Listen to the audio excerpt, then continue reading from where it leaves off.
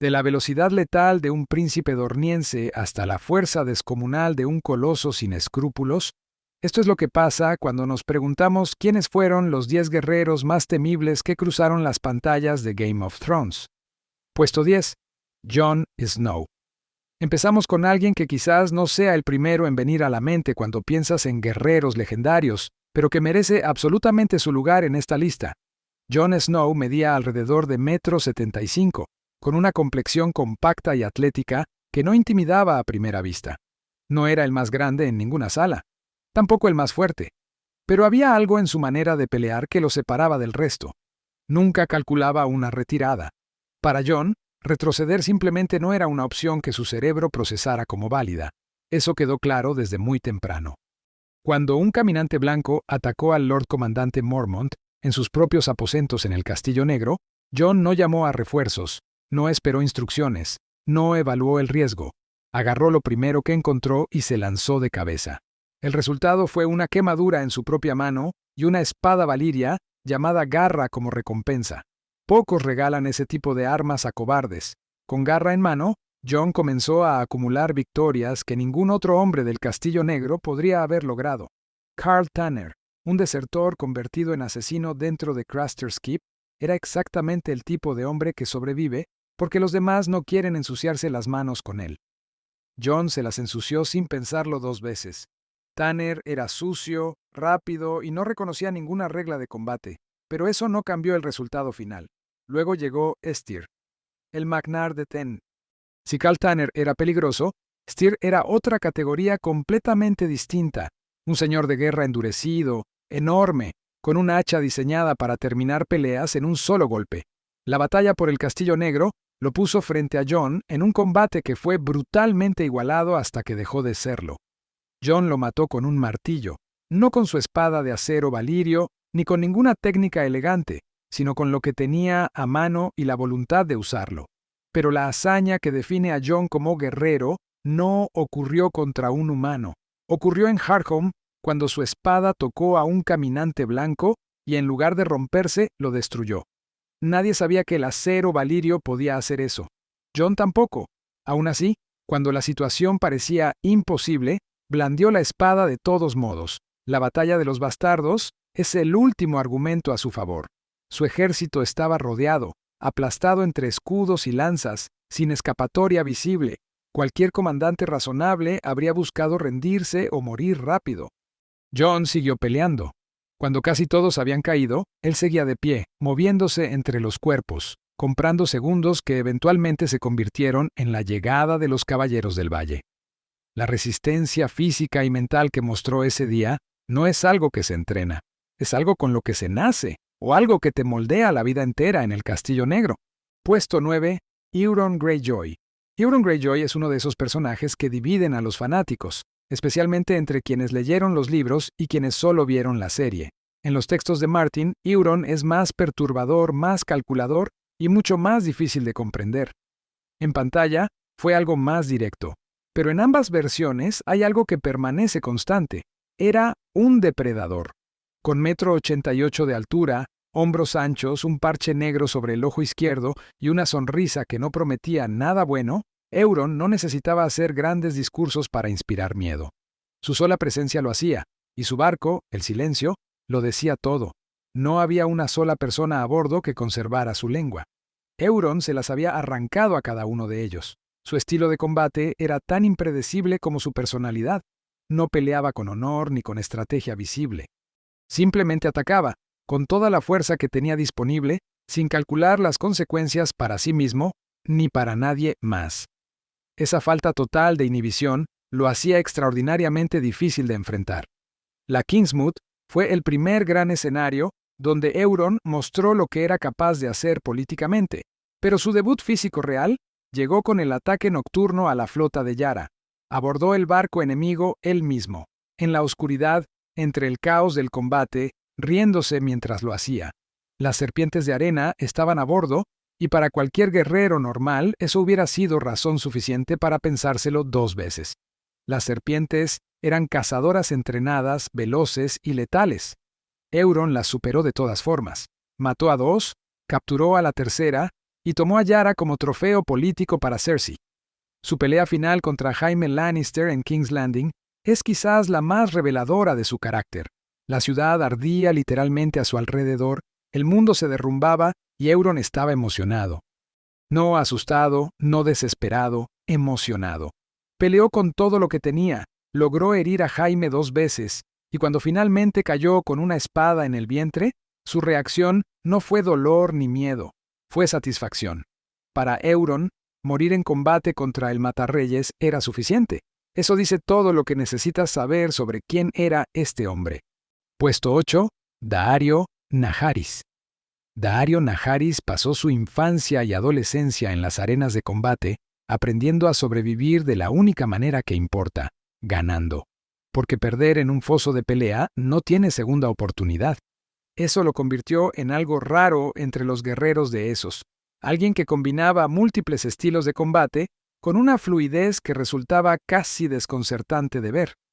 Rondaba el 1,80 m, con una constitución atlética y definida que le permitía tanto velocidad como potencia.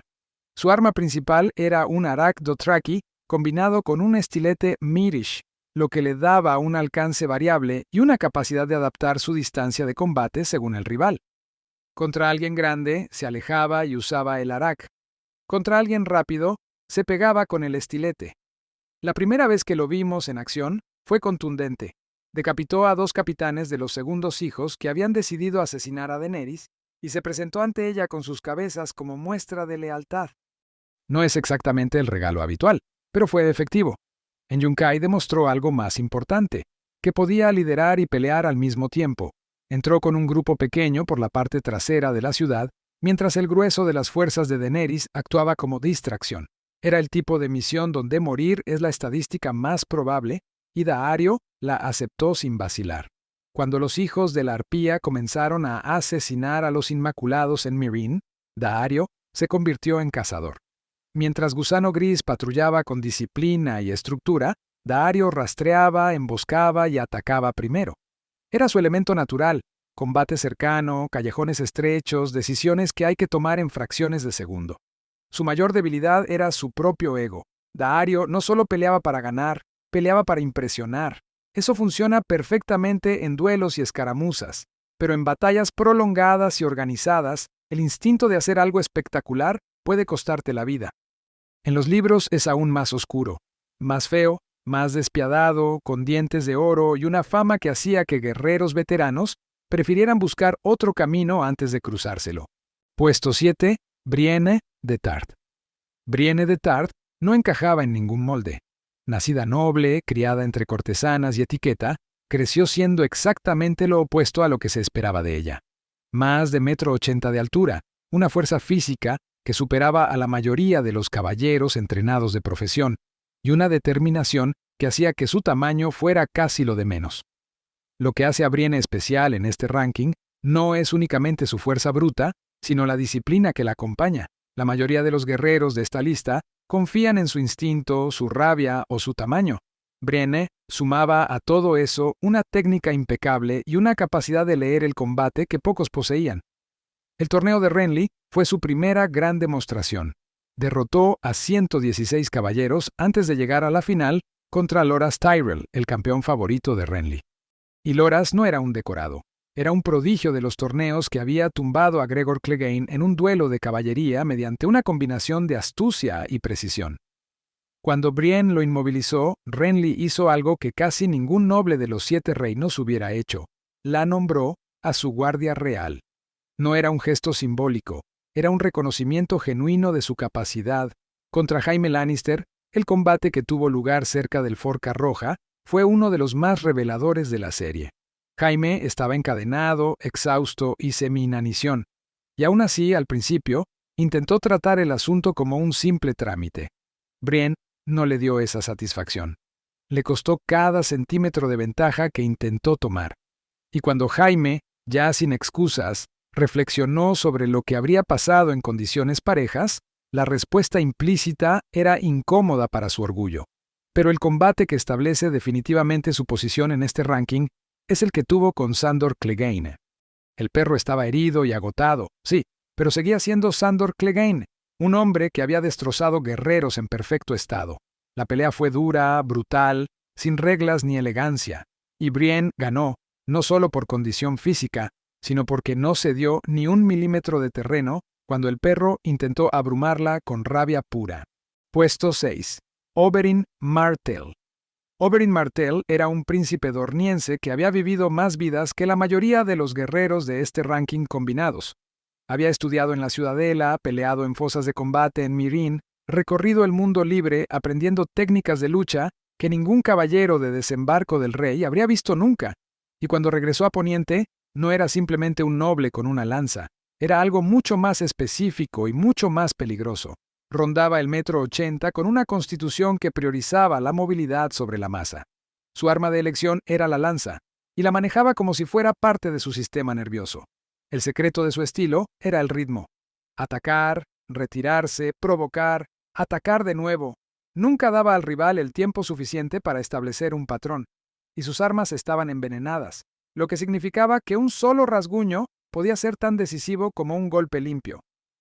Su hermano Doran lo describía como impredecible, peligroso y prácticamente imposible de prepararse para enfrentarlo.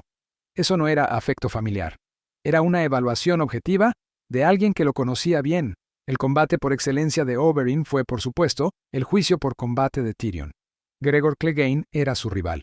El hombre más grande y más brutal de Poniente, con una reputación de destrucción que precedía su entrada en cualquier sala. Nadie absolutamente apostaba por el dorniense, pero Oberyn no llegó a ganar, llegó a obtener una confesión, y eso fue su perdición. Durante el combate, Oberyn fue superior en casi todos los aspectos técnicos. Mantuvo a la montaña a distancia con su lanza, lo hizo caer, lo hirió repetidamente y lo fue desgastando con una precisión que tenía al público boquiabierto. Cuando Gregor terminó en el suelo, el combate estaba decidido desde cualquier perspectiva racional. Pero Oberyn no quería solo victoria. Quería que el monstruo admitiera lo que le había hecho a Elia Martell. Y esos segundos que tardó en arrancarle esa confesión fueron suficientes para que la montaña encontrara su única oportunidad. El resultado fue la muerte más impactante de toda la serie. No por inesperada, sino por lo cerca que estuvo Oberyn de escribir una historia completamente diferente. Puesto 5. Sandor Clegane. Hay guerreros que pelean por lealtad, otros por dinero, por gloria, por deber. Sandor Clegane peleaba porque era lo único que sabía hacer, y lo hacía de una manera que hacía que la mayoría de los combates parecieran ensayos teatrales en comparación. Su tamaño superaba al del propio rey Robert Baratheon, que no era precisamente un hombre pequeño, más de 2 metros de músculo y cicatrices, con la mitad de la cara destruida por el fuego que su propio hermano mayor le impuso cuando tenía apenas un niño. Eso te dice todo lo que necesitas saber sobre la infancia del perro y sobre por qué se convirtió en lo que era. A diferencia de caballeros que aprendían técnica en academias, Sandor peleaba de manera completamente instintiva. Se acercaba, golpeaba con toda su fuerza y seguía golpeando. No buscaba puntos débiles ni estudiaba a su rival, simplemente lo abrumaba antes de que el otro pudiera reaccionar. Esa filosofía, que en cualquier otra persona hubiera sido una limitación, en alguien de su tamaño y velocidad era devastadora. Tenía 12 años, la primera vez que mató a alguien en combate. 12 años. Eso no es un detalle menor. Significa que pasó la mayor parte de su vida endureciéndose de maneras que la mayoría de los guerreros de este mundo jamás comprenderían. Durante la batalla del Blackwater, fue uno de los guerreros más efectivos del lado de los Lannister.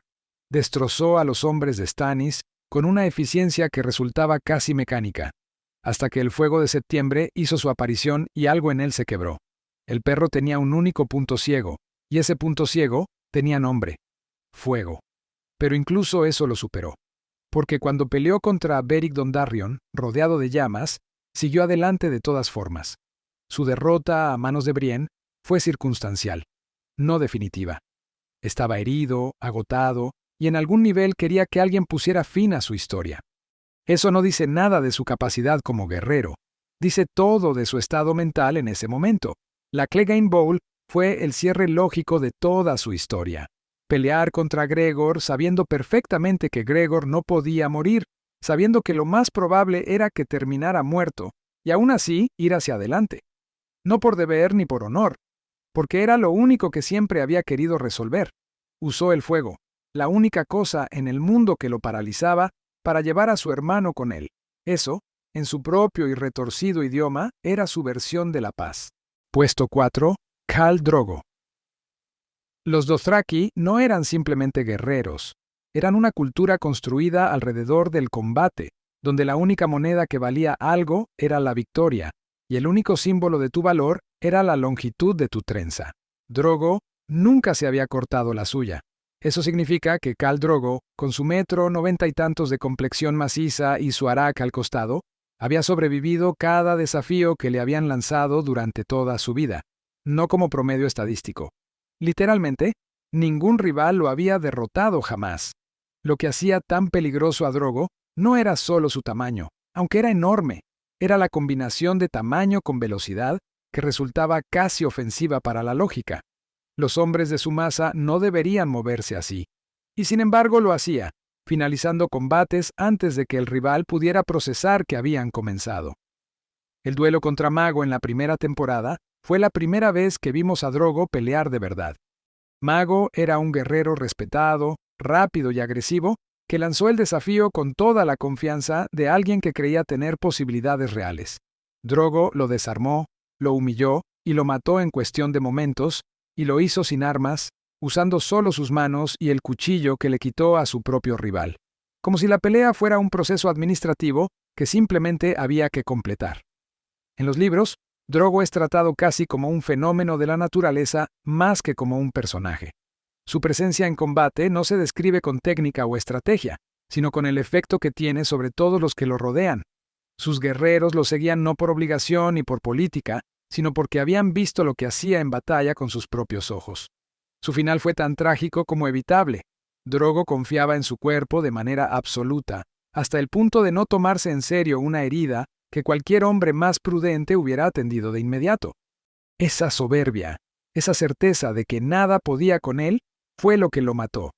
No un rival, no una batalla, una infección maltratada porque el más grande guerrero del mundo cruzaba el mar Dothraki, convencido de que esa clase de cosas le pasaban a otros.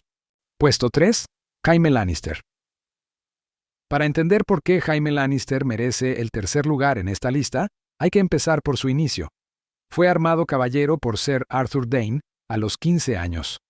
No porque su padre lo comprara ni porque su apellido lo exigiera, sino porque Arthur Dayne lo vio pelear y decidió que aquel muchacho merecía el reconocimiento en ese mismo instante, en el campo de batalla. Eso no sucede por accidente. Jaime medía más de 1,80 m con una constitución que combinaba potencia y agilidad sin sacrificar ninguna de las dos. Pero su verdadera ventaja nunca fue física, era la precisión. Jaime no desperdiciaba movimientos. Cada golpe tenía un propósito, una dirección y un resultado previsto. Peleaba como si el combate fuera una conversación que él controlaba de principio a fin. Esa precisión era lo que le permitía derrotar a rivales más grandes y más fuertes. No los abrumaba. Los dirigía, los llevaba a cometer el error que él ya había anticipado. Barristan Selmy, que había visto pelear a más guerreros que nadie en Poniente, lo consideraba uno de los talentos naturales más extraordinarios que había conocido. La emboscada a Eddard Stark en las calles de Desembarco del Rey fue quizás la demostración más clara de esa supremacía técnica.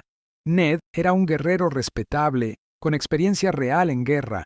Frente a Jaime, parecía estar un paso por detrás en cada intercambio, reaccionando en lugar de actuando, defendiendo en lugar de atacando. Si Jaime hubiera querido terminar aquello rápido, no habría durado mucho. En el bosque susurrante, Jaime intentó abrirse paso hasta Robb Stark a través de la guardia entera de los hombres del norte. Personalmente, no como estrategia de comandante, sino como guerrero que decide que la forma más directa de resolver un problema es eliminarlo él mismo. El combate contra Brienne, encadenado, semi-inanición y físicamente destruido después de meses de cautiverio, es el que más habla de su nivel real. Porque incluso en esas condiciones, Brienne tuvo que esforzarse. Él incluso le daba indicaciones mientras peleaban. Eso no es petulancia. Es la diferencia entre alguien que ejecuta técnica aprendida y alguien cuya comprensión del combate es tan profunda que puede analizarla mientras la vive. Perder la mano derecha fue una tragedia que hubiera destruido a cualquier otro guerrero. Jaime la sobrevivió reaprendió con la izquierda, y cuando llegó el momento de enfrentarse a Euron Greyjoy, en las entrañas de King's Landing, con la ciudad en llamas a su alrededor, todavía tenía suficiente de aquel guerrero original como para terminar lo que empezó. Puesto 2. Gregor Clegane. Gregor Clegane no era un personaje. Era una declaración de principios sobre lo que ocurre cuando la crueldad y el tamaño se combinan sin ningún tipo de freno moral. Los libros lo describen rozando los 2,40 m y con un peso que superaría los 180 kilos. Y a diferencia de lo que cabría esperar de alguien con esas dimensiones, no era lento ni torpe. Su armadura pesaba más de lo que muchos caballeros podían levantar entre dos, y Gregor la llevaba encima durante horas como si fuera ropa de trabajo. El origen de quién era Gregor se explica en una sola imagen: un niño pequeño jugando con un juguete de su hermano mayor. Y el hermano mayor, tomando ese niño, agarrándolo de la nuca y empujando su cara contra las brasas ardientes hasta quemarle media cara. Ese era Gregor. No como resultado de un trauma o una circunstancia, como punto de partida. Su historia de violencia incluye algunos de los actos más inhumanos de toda la serie. Durante el saqueo de desembarco del rey al final de la rebelión de Robert, Gregor entró en los aposentos de la familia real y los liquidó con una minuciosidad que no requería motivo ni orden explícita. Era simplemente lo que él hacía cuando se le daba la oportunidad. En combate, su ventaja no era únicamente el tamaño, era que no tenía punto de parada. La mayoría de los guerreros, incluso los más brutales, tienen un umbral de dolor o agotamiento que les indica cuándo frenar. Gregor no procesaba esas señales de la misma manera que otros humanos. Los libros sugieren daño neurológico permanente, cefaleas crónicas y una relación con el dolor completamente distorsionada. Lo que para cualquier otro sería incapacitante era para él ruido de fondo. El duelo con Oberyn Martell es su momento definitorio en la serie. Estuvo en el suelo, herido, con una lanza atravesada en el cuerpo, mientras el dorniense lo rodeaba exigiendo confesiones. En ese momento, matemáticamente, Gregor había perdido. Y aún así, encontró la manera de terminar con el víbora roja de la forma más brutal imaginable. Su conversión posterior en algo que ya no era exactamente humano, solo amplificó lo que ya era. Un arma sin voluntad propia, sin dolor, sin límite. La Clegane Bowl fue la demostración práctica de que la única forma de vencer a esa versión de Gregor era arrastrarlo contigo a la muerte. Puesto 1. Ser Arthur Dayne. El más poderoso. El que todos los demás mencionaban con algo entre respeto y reverencia que normalmente se reserva para los dioses o los fenómenos meteorológicos. Ser Arthur Dayne, la espada de la mañana, murió 20 años antes de que comenzara la historia de Game of Thrones. Y sin embargo, cada guerrero relevante de la serie lo citaba como el estándar contra el que medirse. Barristan Selmy, que había sobrevivido más batallas y más décadas de servicio que nadie, admitía abiertamente que Arthur era mejor que él. Jaime Lannister, cuya vanidad respecto a sus habilidades era legendaria, lo idolatraba sin ningún tipo de ironía. Ned Stark, que al final fue el hombre que estuvo presente en su muerte, reconocía que Arthur lo hubiera matado a él y a todos sus Bannermen si las circunstancias hubieran sido ligeramente diferentes. Su arma era Amanecer, una espada forjada de un material que ningún herrero de Poniente podía reproducir. Acero meteorítico, forjado de las estrellas, blanca como la leche, con un filo que los libros describen como algo que existía más allá de la categoría normal de las espadas. El título que llevaba, la espada de la mañana, no era hereditario ni automático. Se ganaba. Solo los Dayne que demostraban ser dignos de Amanecer recibían ese nombre, y entre todos los que lo habían llevado, Arthur era el que había elevado el listón más alto. Durante la campaña contra la Hermandad del Bosque del Rey, Arthur se enfrentó al Caballero Sonriente, un asesino tan peligroso que los libros lo comparan con lo que sería la montaña en otra época. El duelo fue feroz y rápido. Arthur ganó. Lo que es significativo no es solo la victoria, sino que durante esa misma campaña vio a un chico de 15 años peleando con una capacidad que lo dejó impresionado lo suficiente como para armarlo caballero ahí mismo. Ese chico era Jaime Lannister. La única vez que lo vemos pelear en pantalla es en el 6º episodio de la 6ª temporada, a través de la visión de Bran. La Torre de la Alegría. Ned Llega con un grupo de sus hombres y Arthur está allí, junto a Gerald Hightower, custodiando algo por orden del príncipe Rhaegar. Sin hostilidad, sin dramatismo innecesario, Arthur les explica que no pueden pasar y que no tiene más que decir sobre el asunto. El combate que sigue es extraordinario. Arthur, solo contra todo el grupo de Ned, los va eliminando uno a uno con 2 espadas, una de ellas Amanecer, con una fluidez que hacía parecer el combate casi elegante en medio de toda la violencia, hasta que solo quedaron Ned y Howland Reed, que atacó por la espalda. Ese fue el único ángulo desde el que Arthur podía ser derrotado, el que nunca esperaría porque su código de honor hacía impensable atacar a un hombre por la espalda. Una ironía perfecta, dado que el hombre que estaba frente a él en ese momento era Ned Stark, probablemente el noble más honorable de toda la historia de Poniente. Arthur Dayne era el mejor porque no solo peleaba bien, comprendía el combate de una manera que el resto apenas intuía. Su muerte no fue una derrota, fue la única solución que quedaba disponible para quienes se oponían a él. ¿Estás de acuerdo con este ranking? ¿Cambiarías algún puesto o dejarías fuera a alguno de ellos? Déjalo en los comentarios y cuéntanos quién crees que fue el guerrero más letal de toda Game of Thrones.